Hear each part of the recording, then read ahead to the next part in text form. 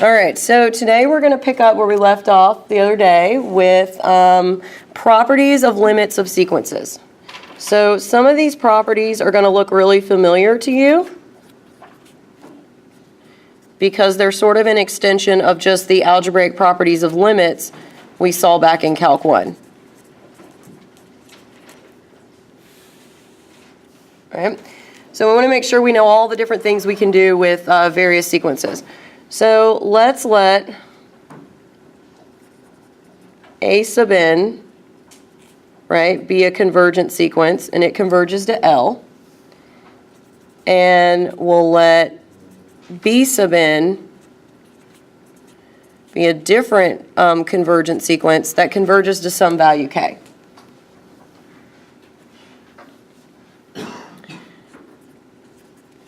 So if this is true, then we're going to get the following properties we can use for our sequence. All right, the first says if we want to add or subtract two sequences from each other.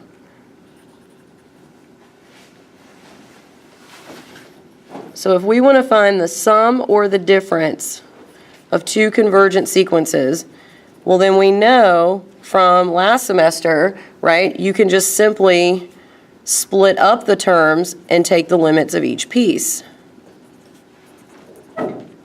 And so since both of these limits already exist, we know it's just the same as summing the results of their respective limits.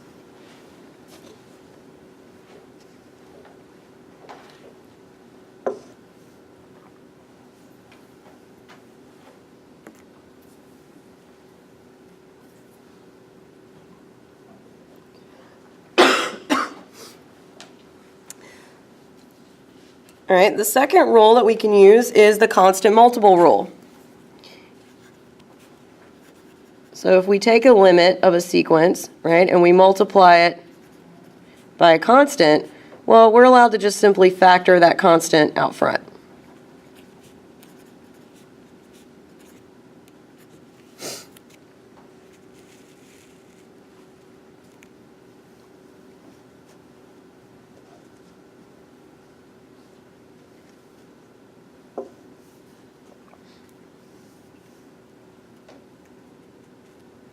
Okay. We can multiply our sequences together.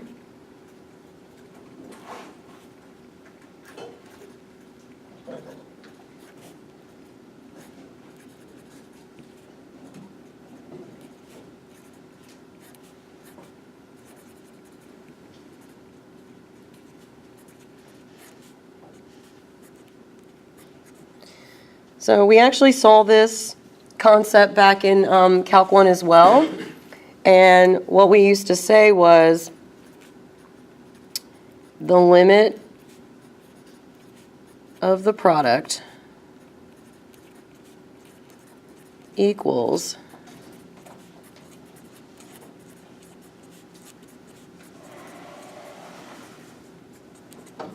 the product of the limits, right? So you can do it on the inside, or we can separate these out on the outside. Oh my God, my bad, guys. This class starts at 3:35. You guys are not late. That's on me. I'm so sorry. I am so high on Mucinex right now. Okay. It's the worst. All right. Sorry, guys. You weren't late. That's all right, but you got a video. All right. You guys were so nice about it, too. All right. So then, of course, the fourth... Sorry. The fourth thing I think we know where we're going is we can divide things by each other. So we can say, well, we can take the quotient of our two sequences, and we're allowed to separate those out. My class tomorrow starts at 12:30. So I've been thinking all day it was Thursday as well. I almost went to class instead of going to my other job. It's been one of those weeks. All right, so obviously here, k cannot be 0, and the sequence that we're putting in the denominator cannot be 0, right? So you still can't have 0 in the denominator. So we can add and subtract convergent sequences. We can multiply them by constants. we can multiply them with each other, and we can divide them by each other. So these are all just extensions of earlier properties of limits. So in the same way, we could say the limit of the product equals the product of the limits. We can also say, well, the limit of the quotient, right, is equal to the quotient of the limits. So you can separate it out. All right, so let's actually look at, very quickly before we move on and actually start applying some of these properties, let's take a quick second to look at the visualization of a sequence. So we've already saw Monday that you can list them out in terms, right, given the pattern. We're going to wrap back around later and see that if I give you the list of terms, we can hopefully now have seen enough of these sequences where we can figure out how to write the pattern as an equation, right? But we can also visualize a lot of these sequences graphically, right? So rather than drawing a smooth line curve like you would for a function, you're really just plotting points because these are all going to be integer values.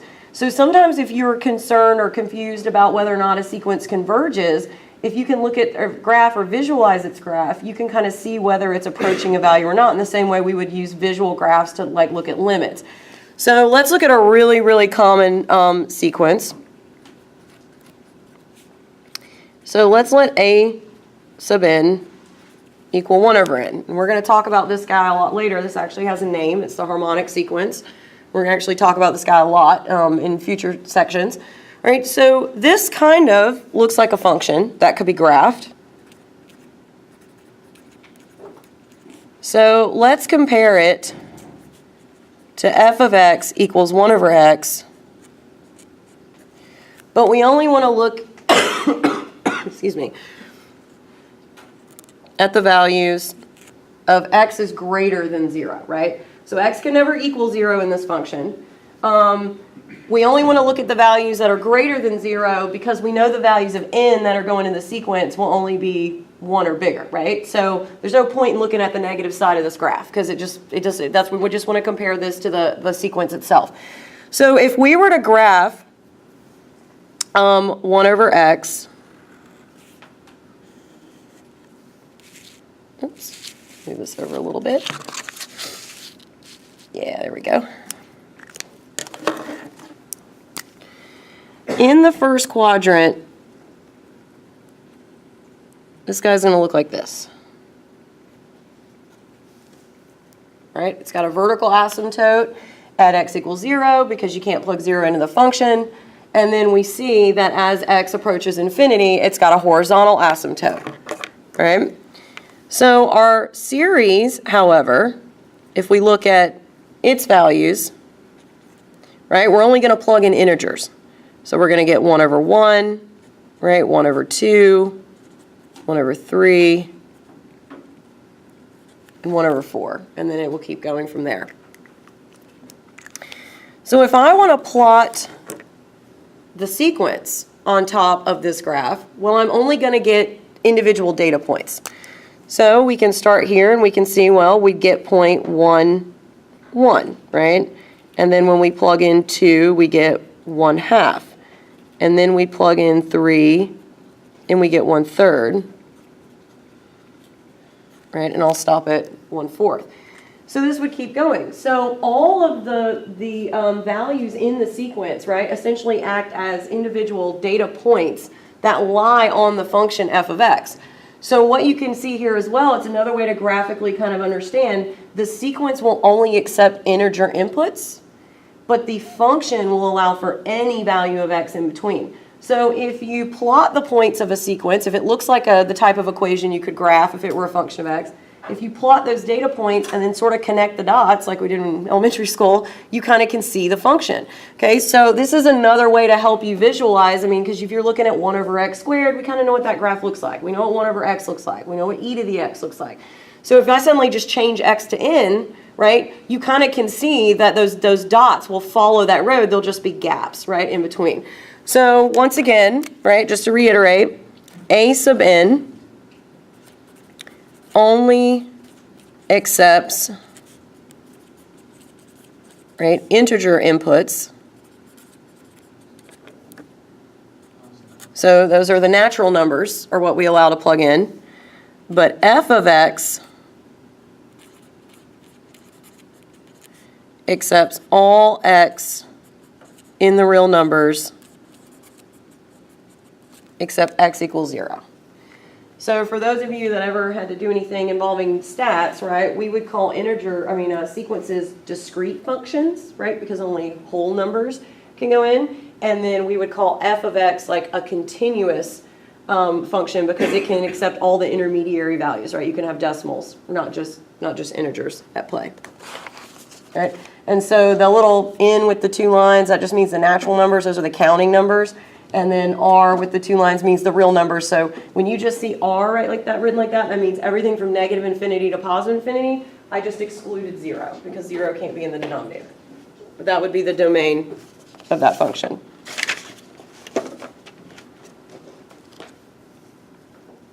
All right, so let's actually now look at testing for convergence on functions, and we're going to kind of revisit those first 4 that I gave you at the beginning of class Monday.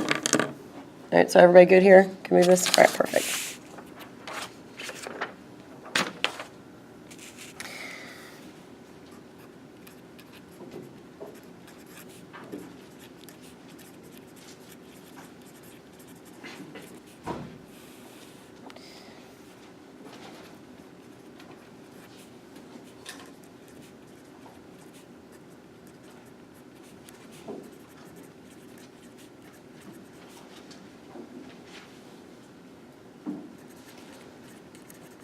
Okay, so when you're testing a sequence convergence, right, we said the first thing, even a definition, is we want to look at the infinite limit. Sorry if you don't give the camera something to focus on, it'll autofocus. So we want to use limits wherever we can. But what I want to show you is 4 examples of sequences where some we can algebraically take the limit and it's no problem. Some, we can just look at the sequence and tell what's going on. And another one, we can't algebraically do the limit at all, but we can visually see what's going on. So you want to use limits wherever you can, but you may not always be able to kind of show that in a traditional algebraic way. So let's look at these same 4 sequences we started off with at the beginning. I told you we'd come back to them. All right, so sequence A was the very first one I showed you. And this one was 3 plus -1 to the n. And we've already expanded this out earlier in our notes, and we saw that this guy just alternates, right, between 2 and 4 forever.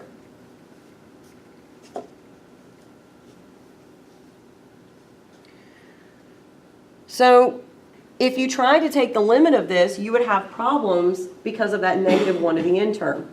So there is a method you could use to evaluate that limit, which we're going to talk about in a minute. But on this one, I don't really even need to do the limit. I see what's happening. This is going to go on forever, 2, 4, 2, 4, 2, 4. So it's never, ever going to settle on a single value. So because it's just alternating between 2 values back and forth, well, then I know that this sequence can never converge, so this guy diverges.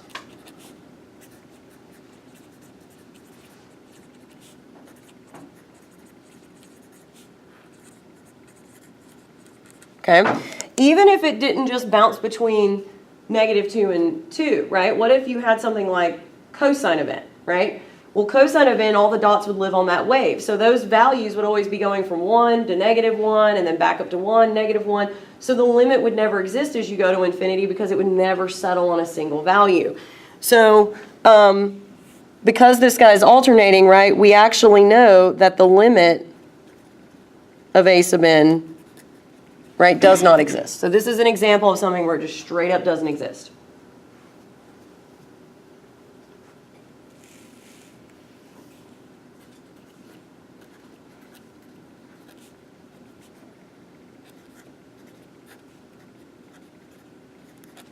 Okay, so here's our next sequence, right? N over 1 minus 2n. So this one just looks like a traditional function. So we can probably take the limit of this just fine. So this is definitely an infinity over infinity situation. So I'll take the limit of the derivative of the numerator, which is 1. The derivative of the denominator is -2. So the limit is equal to -2, and we would conclude that B sub n converges to -1/2. So I'm not sure if I mentioned this on Monday or not, but when I ask about a sequence and I say, does the sequence converge or diverge? You can't just say converge. You have to give me the value it converges to as well, right? Because converge, diverge, that's a coin flip. You could guess, right? So we want to see what value it converges to. So you can't say it converges unless you know what it's going to. So this, if this were a question, this would be the correct, right, final response.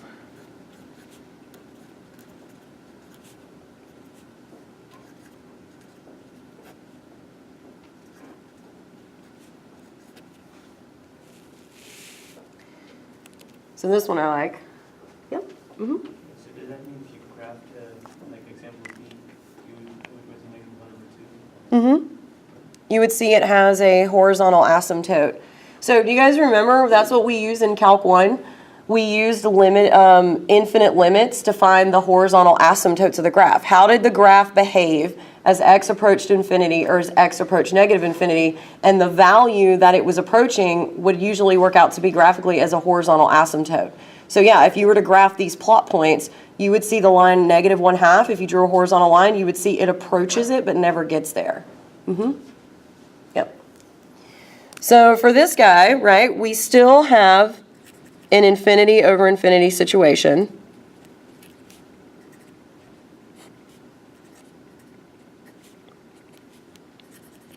So the derivative of the numerator is pretty easy. Does anybody know the derivative of the denominator? Does anybody remember how to take the derivative of 2 to the n? That's okay. No one does. So I just was curious if anybody in here actually knew it, because it's one of those things when you learn it, you memorize it. It's All right. log 2. Uh-huh. It's like log 2 times 2 n, right? Times 2 to the n, yeah. Yeah. So yeah, just be careful because you're going to see 2 n's and 2 to the n's in the problem, so be careful. But yes, so it's exactly right. So when you take the derivative of a to the x, right, the derivative of an exponential function is a to the x ln of a. So that means the derivative in our denominator is 2 to the n ln of 2. So no one ever remembers that, but learn it, love it, because we're going to have, it might come up a lot in here because you're going to have a lot of exponential functions. Right, so ln of 2 is just a constant, right? So L'Hopital says, right, we take the derivative of the numerator, we take the derivative of the denominator, and then we try to evaluate the limit again. So we're still in we're still in infinity over infinity territory. So we actually have to do it one more time. So when we do it the second time, the numerator is just 2, but don't forget, ln of 2 is a constant, so it's still there. So when I take the derivative of 2 to the n again, I get 2 to the n times another natural log of 2, so the denominator is actually 2 to the n natural log of 2 squared, because I came up with a second one when I took the derivative a second time. So now if we look at this, now we're at 2 over infinity. And we saw on Monday that when you're at 2 over infinity, right, everything just collapses to 0. So we would say c to the n converges to 0. Now, the other thing this problem is showing you is the relationship that exponential functions have with polynomials. So even though we took the derivative twice, we could see that even if I up that degree in the numerator to like 6, right? In theory, we'd have to do L'Hopital's rule 6 times to kill that down to a constant. But that 2 to the n is just going to stay 2 to the n, 2 to the n, 2 to the n. It doesn't go anywhere. So exponential functions dominate power functions, right? So I kind of know now, looking forward, that if I just have a variable raised to a power in the numerator but an exponential in the denominator, that thing's going to go to 0. Okay? At the same token, at time, if I flip the ratio and I have an exponential on top and a power in the, even if it's into 1,000, right, over 2 to the n on top, the exponential will win, because I could do L'Hopital's 1,000 times and that 2 to the n is like, I ain't going nowhere, right? It's just going to be 2 to the n times ln of 2 to the 10,000, right? Or however many times we have to do it.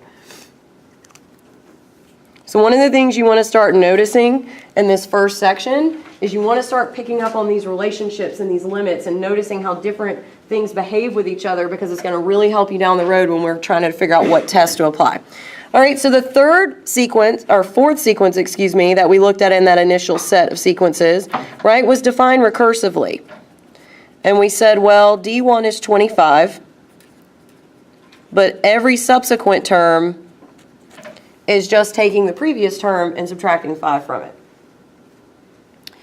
And we even listed these out. And we saw we got 25, right? 20, 15, 10, 5, right? And then we crossed into negative territory. So if you tried to take the limit of this as n goes to infinity, you would actually have a hard time, because you would have to know the previous term, and then you would have to know the term before that, right? So it's a little bit challenging to see this. So with recursive sequences, it really just makes sense to list them out and see what's happening to the list. You can kind of visualize the limit. Clearly here the limit is going to negative infinity, right? It's just going to keep getting bigger and bigger and bigger negative. So the limit of this function, I keep saying function, I mean sequence, sorry, is negative infinity.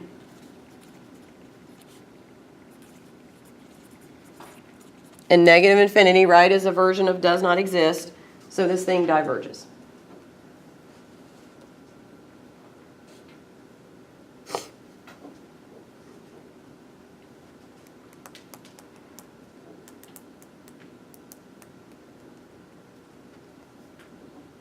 All right, any questions about any of these before we move on? Okay. So I want to show you now another, we're going to dip back into Calc 1 again. I want to show you another technique to use when doing infinite limits, right? So if we end up in a situation outside of this where none of these things, we can't visually see, right? We couldn't do the limit algebraically, but there's another way we can tool in our toolbox for doing infinite limits. So this is another one of these things that you learned in Calc 1, but there was no real application for it until now. Or no application that was meaningful for you guys. All right, so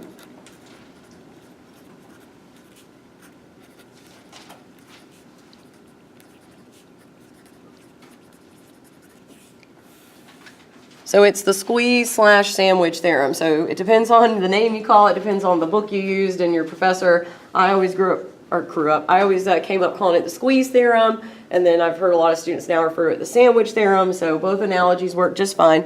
So let's look at what we did in Calc 1 with this first, and then we'll tweak it to now apply to sequences.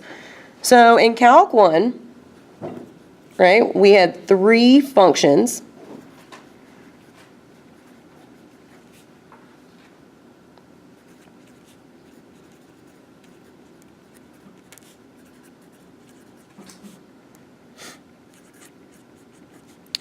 And those functions had to form a pretty well-defined inequality.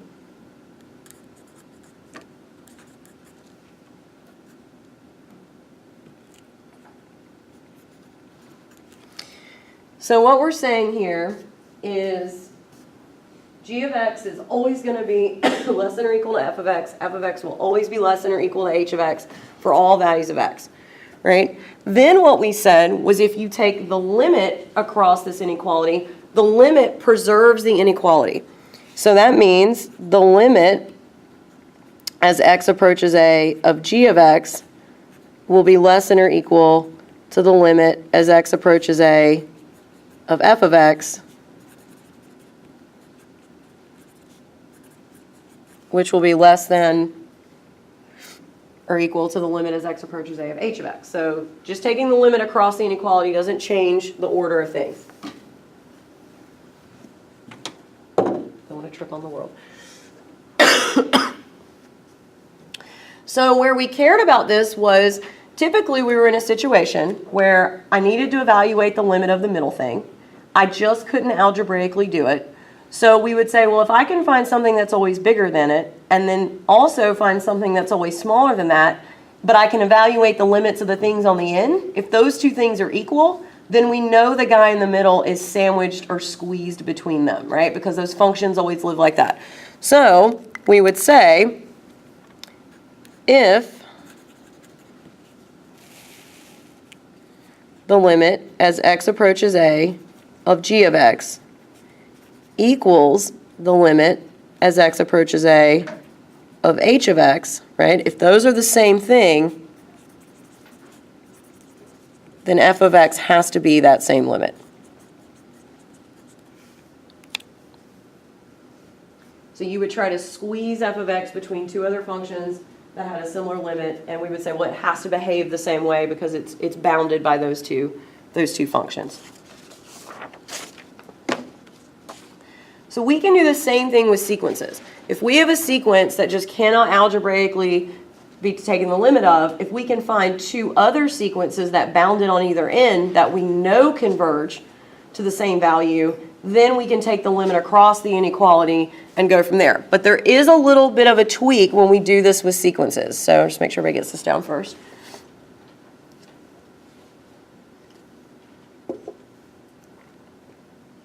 All right, so there's a minor adjustment we need to make when we do this for sequences.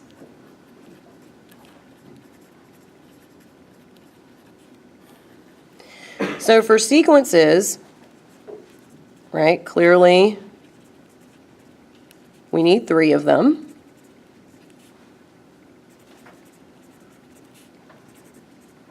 And we need a well-defined inequality, right? So we need to have one guy sandwiched or squeezed in the middle, right? So the difference here is when we talked about the functions, we needed that to be true for all values of x we were looking at.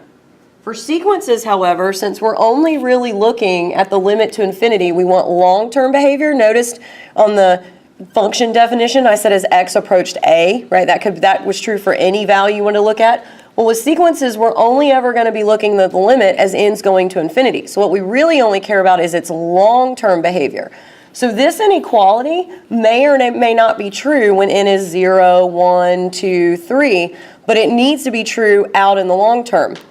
So what we say is this needs to be true for all n where n is greater than equal to capital N.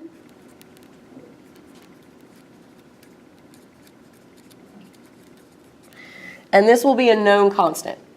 So what we're saying is after a certain point, we know that these sequences behave this way. So I'm actually going to do an example with you later today where we'll actually see functions that behave a little strangely at the beginning, but then after a certain point, one of them takes off like a rocket and we can have a well-established inequality. All right, does everybody understand what I mean here? So we're actually going to look at an example where this comes into play. Now, some of the sequences we look at, it's just true for all n, and that's great.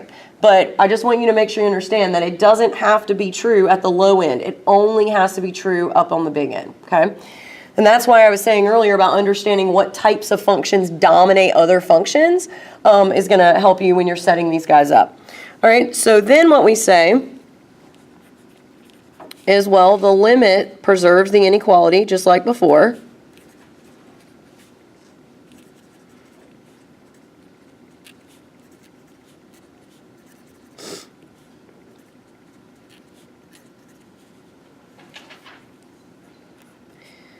And if the limit of the outside things are equal,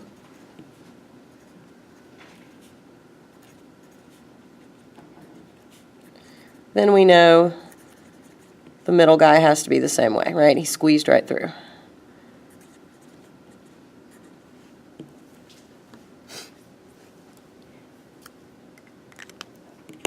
So there are a couple of tells in the equation that will kind of point you to when you might want to have to use squeeze theorem, okay?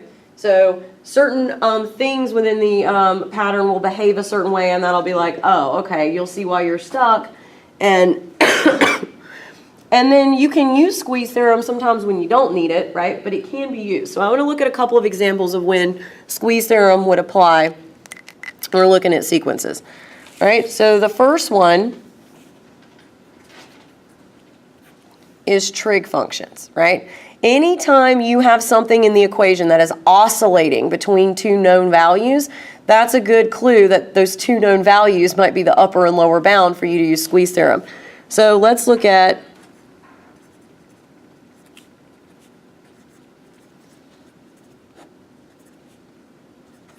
something like this, right? So hopefully we all know that cosine can never be bigger than 1, and it can never be smaller than -1. So there's an obvious inequality to be made there. So if cosine can never be bigger than 1, then 1 over n will always be greater than or equal to cosine n. Similarly, on the low end, if it's never allowed to go past -1, well, then we know the numerator lives in between those two values. So now we have a lower sequence and an upper sequence, right? Now we can take the limit across.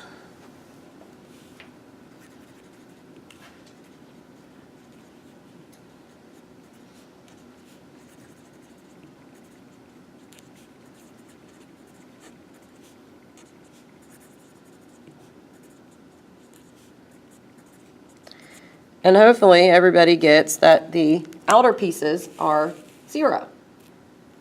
So if the two ends are 0, then that means cosine n over n also has to be 0. So we can simply say that this sequence converges to 0.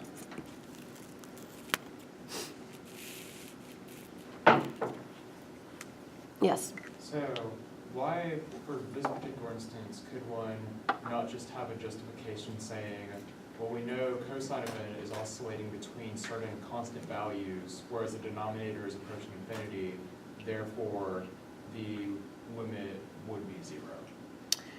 You could, but you would, yes, you could write that out in words, and that would be a justification. But the whole point of this is I'm showing examples of functions where squeeze theorem can evaluate the limit for you. Yeah, that makes sense. But yeah, and also like if you're trying to show your work, this is a clear path to right? Because but yes, if you are locked to constants, right, a range of constants in the numerator, and you've got infinity in the denominator, the infinity in the denominator is going to dominate those constants, and you are going to end up at 0. Okay. Yep. Yeah. Is this similar to the comparison,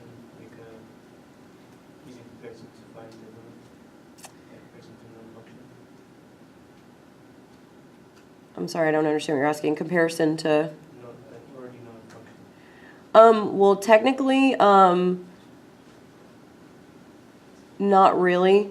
We know the behavior of so so what you're asking is this similar to comparing comparing a sequence to a known function, right? So yes, in a way we kind of are, right? We're comparing the numerator to the function cosine of x, right? And we know that the function cosine of x will only take on values between 1 and -1. So therefore, we know the sequence will only be bound by those same y values as well, right? Between -1 and 1. And so whenever you see an item in the sequence that is oscillating between two or bouncing between two values, that creates an upper and a lower bound for us to use squeeze theorem. Right? So the idea is, when does squeeze theorem apply? And it applies when you've got something that's bounded by a very obvious bound on the upper end and a bound on the lower end, because we have to squeeze it between two things. Okay? So let's look at another example.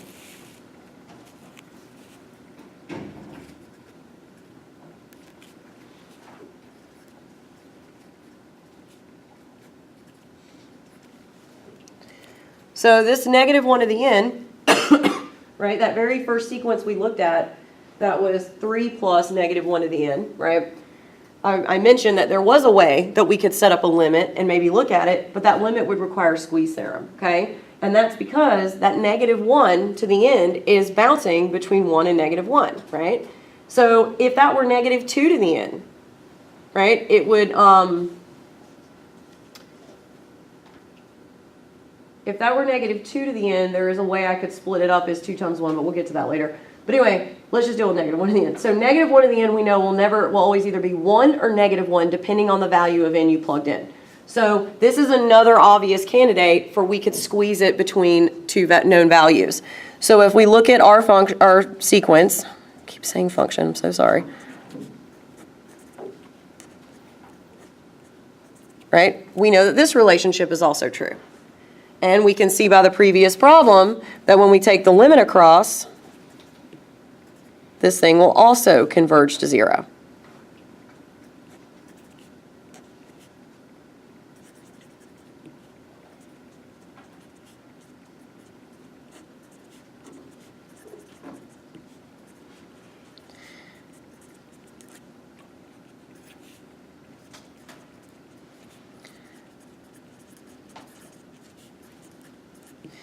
So just to kind of go back to your question from earlier about justification for the limit, that is a correct justification. However, moving forward in this unit, we're going to be applying lots and lots of different testing techniques, and a lot of those testing techniques involve limits to infinity. So having as many algebraic justification and tools in your back pocket to use. And so a lot of these that we're using, like we're only going to deal with sequences really in section 1, and then we're going to move on to series. And a series is where we start summing the sequence. So what you're going to see though is infinite limits are just going to keep cropping up, cropping up, cropping up. So I'm trying to infuse as many algebra techniques and as many ways to look at these limits and justify your answer as possible, because we're going to need them all moving forward. So yeah. So they're one of the nice reassuring things about the stuff we're about to get into is there's almost always more than one way to do it, and that's kind of good. So if you don't see one path, there's another path, and if you can find that one, you can still get to the end. All right, so let's look at one more. And we're going to do a lot with this guy. This guy's going to keep creeping back up again and again. So it's one of my favorite sequences. And it's so robust. You can do so many things with it. And when we get into series and we start doing the test, you'll see that almost every single test that we use apply to it. So it's a really, really fun guy to play with. So it seems kind of pedantic to go, well, why do I need to do the squeeze theorem to prove that this limit is 0? Clearly, 1 divided by infinity is going to be 0, okay? Well, I just want to show you that sometimes the bounds aren't just going to be as pretty as 1 and -1, okay? So it seems kind of crazy to think about you can squeeze this, but we can actually squeeze this around a constant if we needed to. So first and foremost, for the lower bound, what do we know about this ratio? It'll never be what? On the lower end. It's going to have a bottom. 0. Right? It will never get to 0, right? It'll get really close to 0, but it can never be negative. Okay, so that is one thing you got to remember about exponential functions.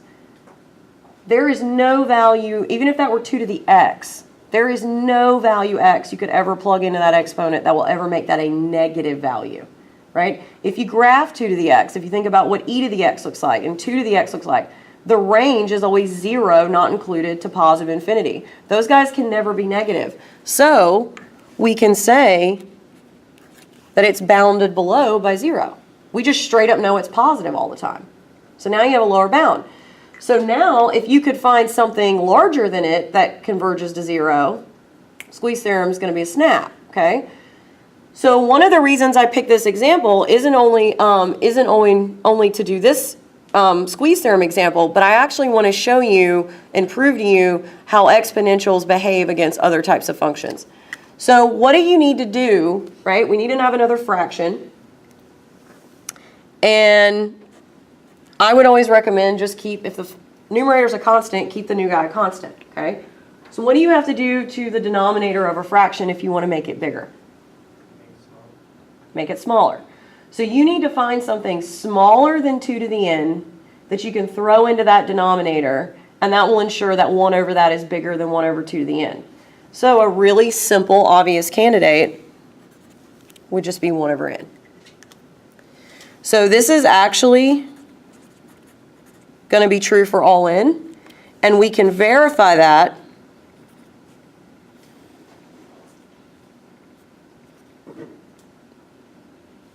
by making a table. So I just want to verify that this is actually a true relationship. So we're just going to look at 1, 2, 3, and 4. We'll look at the first 4 terms. If one's dominating the other one, then we know that we're right. So 1 over 2 to the n, right, that's going to give you 1/2, 1/4, 1/8, 1/16. 1 over n is going to be 1 over 1, 1 over 2, 1 over 3, and 1 over 4. So I can easily see that 1 over n is bigger than 2 or 1 over 2 to the n at 1. It's bigger at 2. It's bigger at 3. It's bigger at 4. So we know this relationship is true. So now if you want to apply the squeeze theorem, we can see that the limits of the n's, right, are both clearly 0. So the limit of 1 over 2 to the n is 0.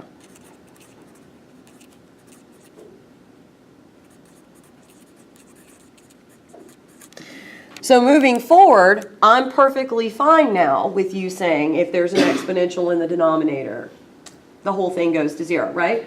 But if you had to prove that the limit of 1 over 2 to the n was 0, you would need something like squeeze theorem or some other method to show that that is in fact going to be true, okay?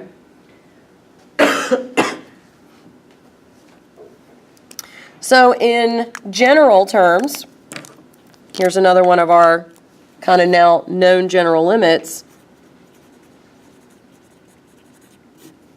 We can say that the limit as n goes to infinity of 1 over c to the n equals 0,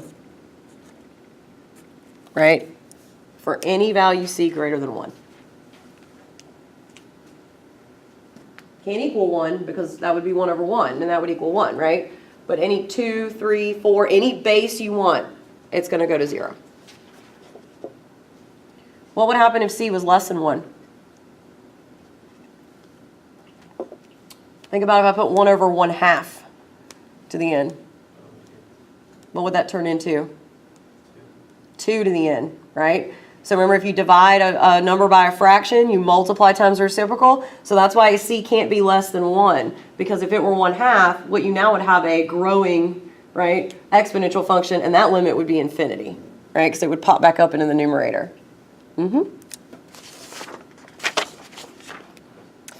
Okay, so now we get to look at another element that's going to crop up in a lot of sequences and series we're going to look at this unit.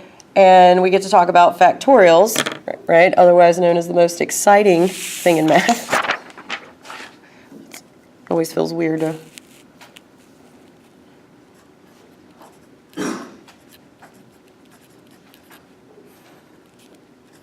So, factorials, that was a stupid grammar joke on my part, right? Literally exclamation point. You're just writing those all the time. So have you guys, I don't know if you've ever paid attention to this, but if you ever go to Walgreens, all those like stores have their own store brand names, like, you know, like CVS is CVS brand, you know, whatever. But on the food items, they have like their own store brand name. So in Walgreens, all the Walgreens brand food items are called Nice, but Nice is spelled like that. So every time I go in there, it just cracks me up because it'll be like nice, like peanuts, you know, and like nice raisins. So every time I go in there, I always take a photo of some random food item and like send it to one of my friends. And then I also, like, if people come to visit my house, I'll go buy like a nice brand food item and then put a note on it on the, like, in their bedroom that'll say, I really wanted to get you something nice for staying here. So, but yeah, next time you go to Walgreens, look, you will die laughing. And the amount of variety of the Nice brand store things, but it's always nice exclamation point. It always cracks me up. All right. So, factorials. So dealing with factorials, it's one of those topics you kind of learn back in high school, I think. And then it kind of doesn't really crop up again until you're doing some kind of like combinatorics, counting, maybe statistics, probability, which I don't know if any of you have played around with that. So let's just do a quick review of how factorials work, how to algebraically work with them, and then move on from there, okay? So first and foremost, if you write in factorial, okay? So what we're saying here is, right, we're counting up to some unknown value n. So what factorial says is start at 1, multiply by 2, then 3, and stop at n.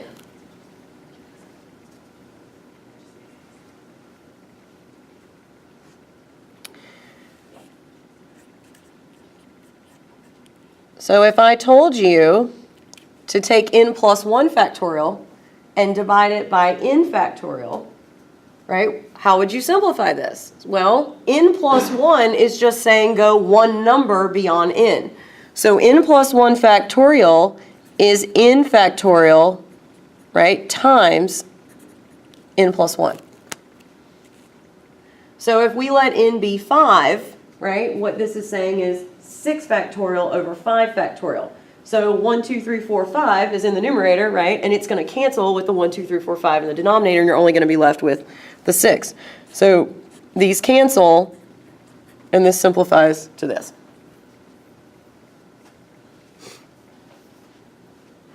Similarly, right, if I have something like this, n plus 2 factorial, and I want to expand this, well, we definitely have to count up to n, and then you're not allowed to skip any numbers when you're doing factorials. It's all consecutive integers, so you'd have to multiply by n plus 1, and then n plus 2, right? So everybody can see where this is going. So if I had n plus 4 factorial, we'd go n, then n plus 1, n plus 2, n plus 3, n plus 4. So think about it on the number line, right? If n is 5, that is really saying 7 factorial. So what we're saying here is if n is 5, it's 5 times 6 times 7. So that's how we write consecutive integers. You just keep adding 1 to the previous number, and that's how you get to the next number on the number line. So let me show you an application for factorials. It's pretty fun. It's a little fun party trick and just kind of shows you how to do some math with them, all right? So one of the things we use it for in stats and when we're calculating probability is if we want to know combinations of things.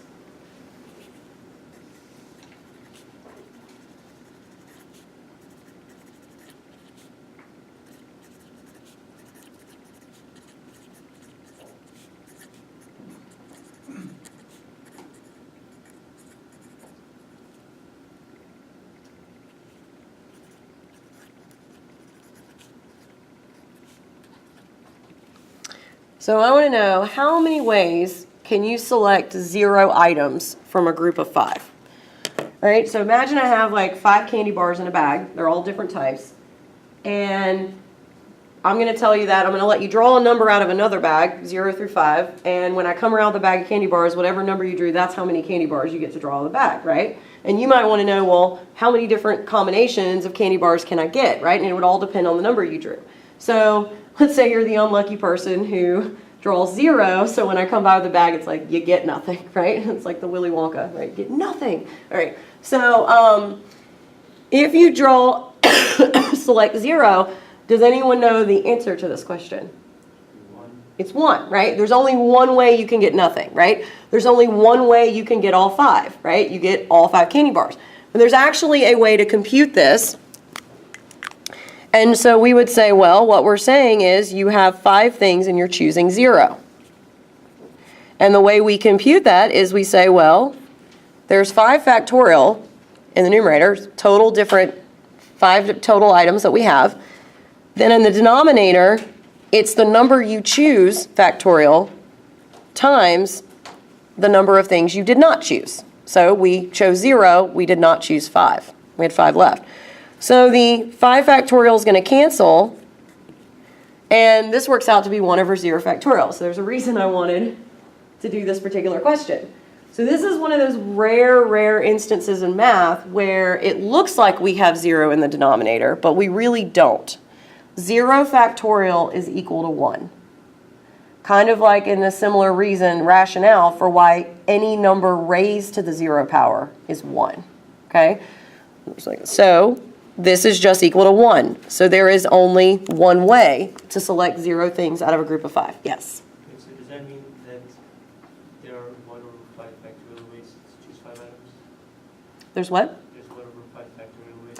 Yeah, so if you did 5 choose 5, the denominator would be 5 factorial, 0 factorial, right? Because we just tend to write the things you're picking, right? The things you're not. So it's literally the exact same equation, right? So there's one way to get 0 things, there's one way to get 5. So let's do something that's not so trivial. Let's say you get to pick 2 candy bars. So we have 5 factorial over 2 factorial times 3 factorial. So if you expand this out, the numerator, right, is 5 times 4 times 3 times 2 times 1. The denominator is 2 times 1 times 3 times 2 times 1. And we see these guys cancel, and you get 20 over 2, or 10 different ways. So there are 10 different combinations of 2 candy bars you could draw out of that 5, right? Now what's really wild is if you go on a little further, you actually learn that these combinations are also the coefficients for the binomial expansion. So when you know, and then they're also the numbers on Pascal's triangle. So there's actually a cool party trick you can do, not that you would be doing math at a party, you just don't hang out with math nerds as I do, but there is a fun way you can do, if you have to FOIL out like x plus y to the 4th, you can just write it all out without actually doing all the intermediary steps, because we know the coefficients are going to be the combinations, and you just grab the row off Pascal's triangle. So that's a fun way to do this. So what we're actually saying here is the general formula is the number of things you chose, factorial, times the number of things you didn't choose. So I'm not going to test you on this, but I just want you guys to see a few examples of actually working with factorials with some real numbers, so that when we start talking about them abstractly, you kind of have something to reference in your mind, okay? So hopefully this makes sense why if I put 6 factorial over 5 factorial, it's going to simplify down to just 6, because the 1, 2, 3, 4, 5 in the numerator will cancel the 1, 2, 3, 4, 5 in the denominator, and 6 was the only thing left in the numerator, right? So let's look at some useful properties of factorials, because you're kind of limited on the algebra moves you can make with it. So first of all, we just said that 0 factorial is 1.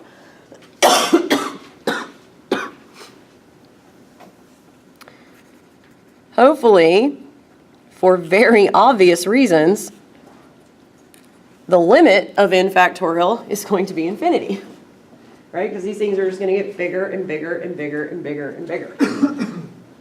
Conversely,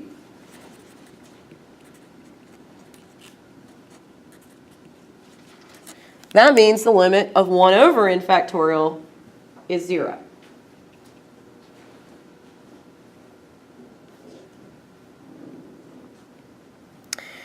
So for notation purposes, right, we'll see this come up in problems, c times n factorial is really read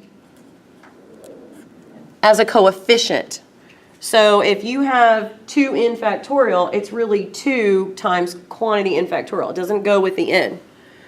But if I put the cn in parentheses, well then you're multiplying 1 times 2 times 3 to n, right? And then you're going all the way up to cn. So I'm going to show you an example of that, what I mean. Because you want to make sure when you're simplifying expressions, you're reading the coefficient correctly if it's in there. So let's look at 2n factorial versus 2n quantity factorial. And let's let n equals 3. So 2 times n factorial is really 2 times, right, 3 factorial. So it's 2 times 3 times 2 times 1, and we just get 12.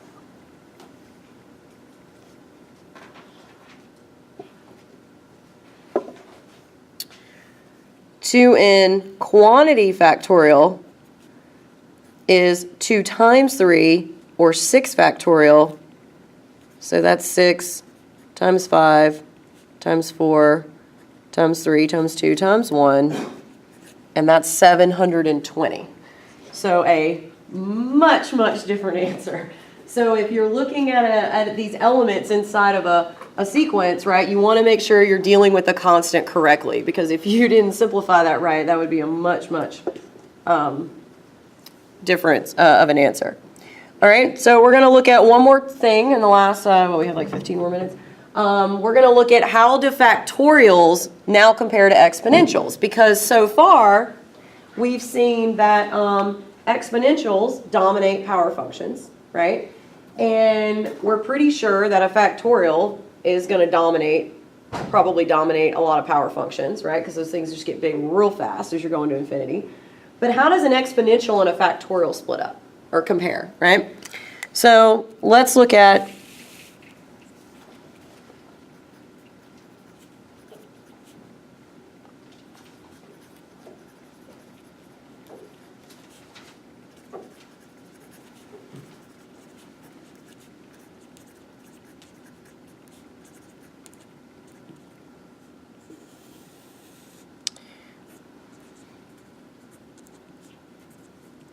and what we'll do, because we need a base for an exponential, we'll just keep working with 2 to the n, because it's the easy one we can all deal with, right?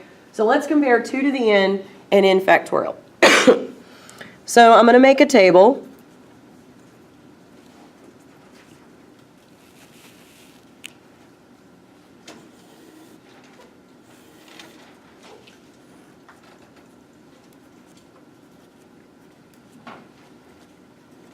And we're going to look at 1, 2, 3, 4, 5, and 6. We'll just look at the first 6 terms, see what happens, right? So 2 to the n, we're going to get 2, 4, 8, 16, 32, and 64.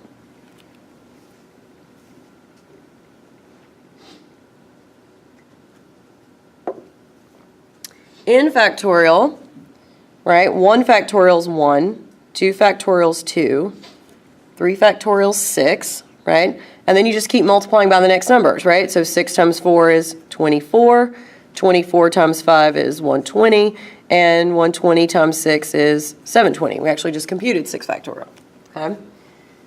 So earlier, when we looked at the squeeze theorem for sequences, I mentioned that it doesn't really matter what's happening at the beginning when you're comparing them to do an inequality. It's what happens on the later end. So if you look at the terms 1, 2, and 3, it definitely looks like 2 to the n is winning, right? It's twice as big at 1, it's twice as big as 2, it's still bigger at 3, but look what happens when n equals 4. At n equals 4, n factorial takes over. It's 24 compared to 16. And then when you look at 5 and 6, I mean, it takes off like a rocket, right? It's much, much bigger. And you can kind of visualize, right, at 7, you're going to have 128, right, for the 2 column, but 7 times 720. I mean, you're talking about 4,900 somewhere in there. You know, I mean, it's going to get really big. So this is where we said that little n index comes in. N factorial is greater than or equal to 2 to the n for all n greater than or equal to 4. So that's what we meant by capital N. Capital N was just saying that beyond this moment, we know that this function is always bigger than this function, even though it's not true at the beginning. There's a tipping point where one of them takes off and dominates.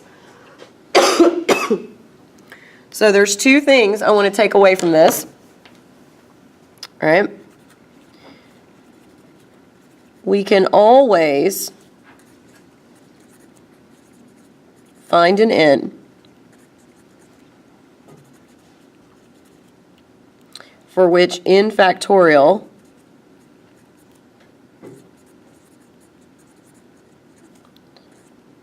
will overtake c to the n. Right? And once again, we're talking about increasing exponential functions, okay? So there was a problem in web work, excuse me, where I think they did like 1,000 to the n or some like ridiculously big base. And so if you looked at the first several terms, it looked like the exponential was beating the factorial, right? But then once you kind of got up into the, got 100 or so terms in, that's when you finally saw the factorial will dominate. So there's always an n at which the factorial will overtake that exponential. And since we're only looking at limits to infinity,